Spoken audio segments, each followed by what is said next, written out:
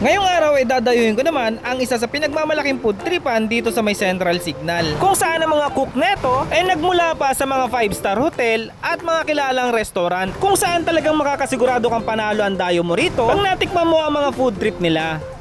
Ito nga mga barangay, nandito tayo ngayon sa may kahabaan ng Salazar Street at dinayo nga natin tong 304 Prepaluto para tikman yung mga bagong menu nila rito. Tara mga barangay, samahan nyo akong tikman yung mga bagong menu ni Prepaluto. Good evening kabayan! Oy, good evening kabayan! Ano yung mga bagong mong menu rito sa Prepaluto? Meron nga pala kami dito ino-offer ng mga bilao package.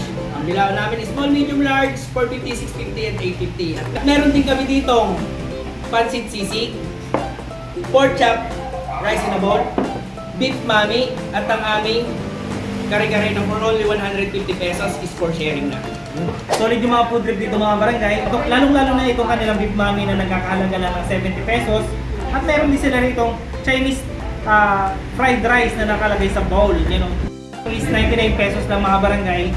Meron ng malaking pork chop yan. Tapos meron sila rito mga barangay na dito nyo lang makikita. Ito yung kanilang canton sisig. Yan o, 150 yan, good for 2 person. Tapos meron din sila rito kare-kare mga barangay, sizzling kare-kare. Yan. 150 pesos lang din ito mga barangay. Yung mga barangay, yung una natin titikman ito kanilang Chinese fried rice na nakalagay sa bowl. Yan. May kasama na rin yung gravy. Gusto natin ng gravy. Tikman natin ito nila. Pork chop.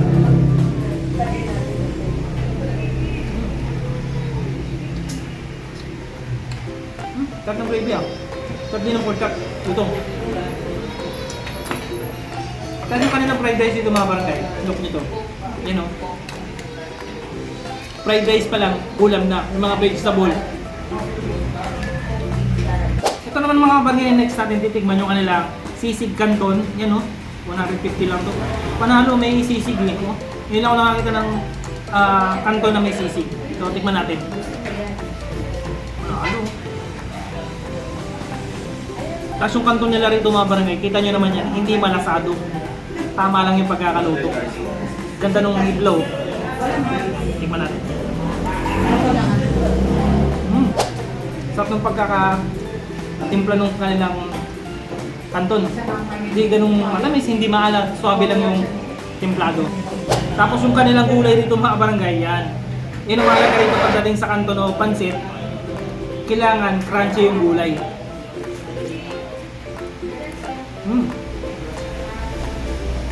Tikman natin yung sisig. Yan o. Chicken, Tapos meron din sila rito kare-kare, crispy kare-kare mga kabarangay, na halagang 150 pesos lang din. Good for sharing na to.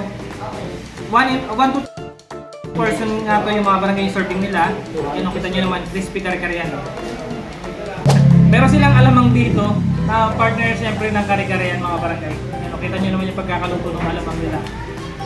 Tikman muna natin. Pero para masarap sa mangga to ah. Sarap. Ano alamang nila? Hindi ganun kaalat, hindi rin ganun katamis. Minsan gusto ko i-partner yung alamang lang sa kanin eh. Pero ka-partner nga ng kare-kare yan. Kare-kare, mas masarap yan pag may kanin.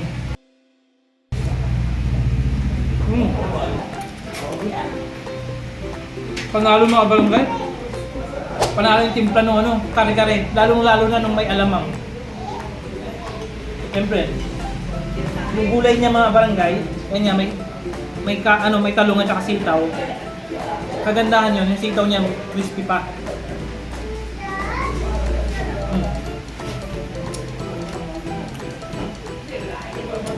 Pagkaganda yung ulam mo mga barangay, mapaparami ka ng kanin. Dahil nga maulan-ulan ngayon mga barangay, isa to sa mga pinaka-dinadayo rito, yung kanilang beef mami. Sa halagang 70 pesos lang, may solo order ka na niyan. At ang kagandahan dito sa kanilang beef mami mga barangay, yung mami niyan is timplado. Hindi siya malasado mga barangay. Yan, bubo, ano pa, magaganda pa yung hibla. Ayan o. So tara, tikman natin yan. Panalo itong mga barangay.